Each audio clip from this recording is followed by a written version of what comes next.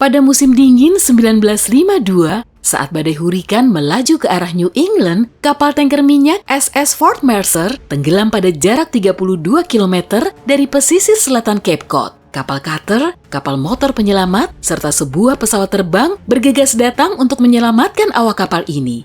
Sebelum bercerita lebih jauh soal tenggelamnya SS Fort Mercer, kita ke SS Pendleton yang dirakit tahun 1944 di Portland, Oregon. Kapal tanker minyak ini panjangnya lebih dari 152 meter dan bisa mencapai kecepatan 29 km per jam. Kecelakaan pertama menimpa kapal malang ini pada Juli 1951, yaitu saat Pendleton kandas berlayar di sepanjang sungai Hudson di New York. Tak terlalu banyak kehebohan muncul dari kecelakaan ini, kapal itu diangkat keesokan harinya, dan pada saat itu tidak ada yang tahu bahwa bagian lambung kapal yang rusak akan memainkan peran penting dalam kecelakaan tragis berikutnya. Sekitar pukul 5 pagi tanggal 18 Februari 1952, SS Pendleton berlayar melewati salju kencang yang menghalangi pandangan serta ombak yang besar. Tanker ini berlayar ke selatan ke arah Cape Cod, Massachusetts. Sekitar 16 km dari pesisir kota Chatham, para awak kapal mendengar suara retakan yang mengerikan. Lebih kencang daripada suara deru ombak di laut. Tiba-tiba, kapal itu oleng dan terbelah menjadi dua. Bagian haluan kapal jatuh ke air dan terombang-ambing, membawa kapten kapal dan 7 awak lainnya. Namun, buritanya masih menyala dan kepala teknisi pun mengambil alih kendali. Dia mengambil komando atas 31 orang yang ada di kapal itu. Tapi meski telah berusaha keras, mereka gagal mengirim sinyal SOS. Pagi-pagi sekali, radar stasiun kapal Chatham menunjukkan 2 bagian Pendleton yang patah. Ternyata, regu penyelamat baru menyadari mereka harus menangani 2 kapal yang tenggelam dalam waktu yang bersamaan. Masalahnya, penjaga pantai hanya bisa mengirimkan 1 kapal penyelamat berukuran 11 meter dan 4 orang sukarelawan yang siap mempertaruhkan nyawa di laut dengan ombak yang mengamuk setinggi 6 meter. Bernard Weber adalah seorang sersan yang bertugas di stasiun tersebut, juga merupakan nahkoda kapal penjaga pantai CG-36500. Itu adalah kapal yang dikirim untuk menghadapi ombak besar, air yang sangat dingin, dan pandangan yang terbatas kala itu. Weber dan anak buahnya menghilangkan rasa takut dengan bernyanyi. Pelan tapi pasti, mereka mendekati gosong pasir berbahaya yang menenggelamkan Pendleton. Kapal malang itu sekarang berada di sisi lain sedimentasi tanah ini. Begitu kapal penjaga pantai menyeberangi gosong pasir ini, ombak besar menghempaskannya ke udara. Kapal itu jatuh ke arah samping. Untungnya, posisinya dapat kembali lurus sebelum ombak lain menabraknya. Tapi, hempasan itu sangat kuat, memecahkan kaca depan dan membuat Weber terjatuh. Belum cukup sampai di situ, kompas kapal, satu-satunya alat navigasi yang mereka miliki pun rusak. Para sukarelawan pun melanjutkan perjalanan hanya dengan menggunakan lampu sorot. Tiba-tiba, mereka melihat logam bengkok besar dan gelap yang berayun terkena ombak besar. Sesaat kemudian, para awak melihat huruf yang membentuk kata Pendleton. Saat itulah tampak jelas bahwa tanker itu masih bertahan. Lampu deknya masih bersinar, menembus badai salju dan buih di lautan.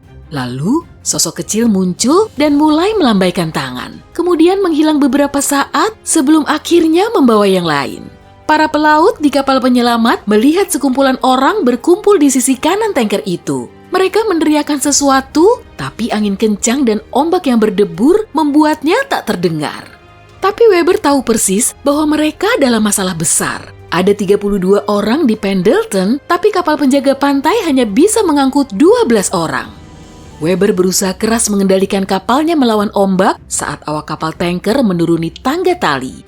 Angin terus berembus, mengayunkan tangga, dan membuat para pelaut terlempar ke dinding kapal tanker. Weber kesulitan mencoba menempatkan kapal tepat di bawah tangga, namun cukup jauh dari patahan kapal tanker. Satu persatu, 20 korban selamat berhasil mencapai kapal penyelamat. Saat itulah, kapal tersebut menjadi sulit dikendalikan. Weber tidak yakin apakah mereka akan berhasil sampai ke pantai.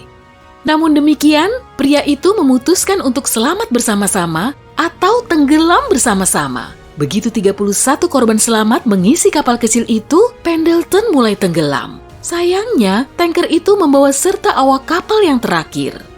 Kapal penjaga pantai yang rusak dan kepenuhan itu berlayar menuju pantai. Laut masih mengamuk, Tanpa kompas, tinggal sedikit harapan yang tersisa.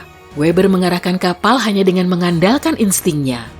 Secara ajaib, kapal itu tiba di dermaga kapal ikan dengan selamat. Lalu sekumpulan orang membantu para korban yang terguncang berjalan ke daratan. Peristiwa ini dianggap sebagai salah satu penyelamatan paling berani yang pernah dilakukan penjaga pantai Amerika Serikat.